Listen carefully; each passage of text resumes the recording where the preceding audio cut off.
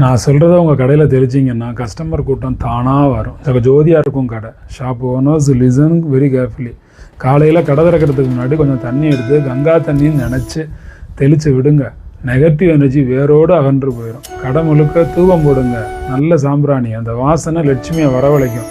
குபேரயோக சாம்பிராணி வேணால் என்கிட்ட கேளுங்க, தர்றேன். வாசலில் விபூதி கலந்து தண்ணி தெளிங்க. கண் திருஷ்டி விலகி போகும். ரொம்ப நல்ல எனர்ஜி நிலைக்கும். வெள்ளிக்கிழமை ரோஜா பூ போட்டு தண்ணி தெளிக்கணும். குபேரனுக்கு ரொம்ப பிடிச்சது. தெளிக்கிறதோட ரொம்ப முக்கியம் தெரியுங்களா, உங்களுடைய நம்பிக்கை. இந்த ஃபெய்த்து தான் உங்கள் கடையை கோவிலாக மாற்ற போகுது. கடைங்கிறது வெறும் பிஸ்னஸ் மட்டும் இல்லை, குபேரனருள் வரக்கூடிய தெய்வீக இடம்.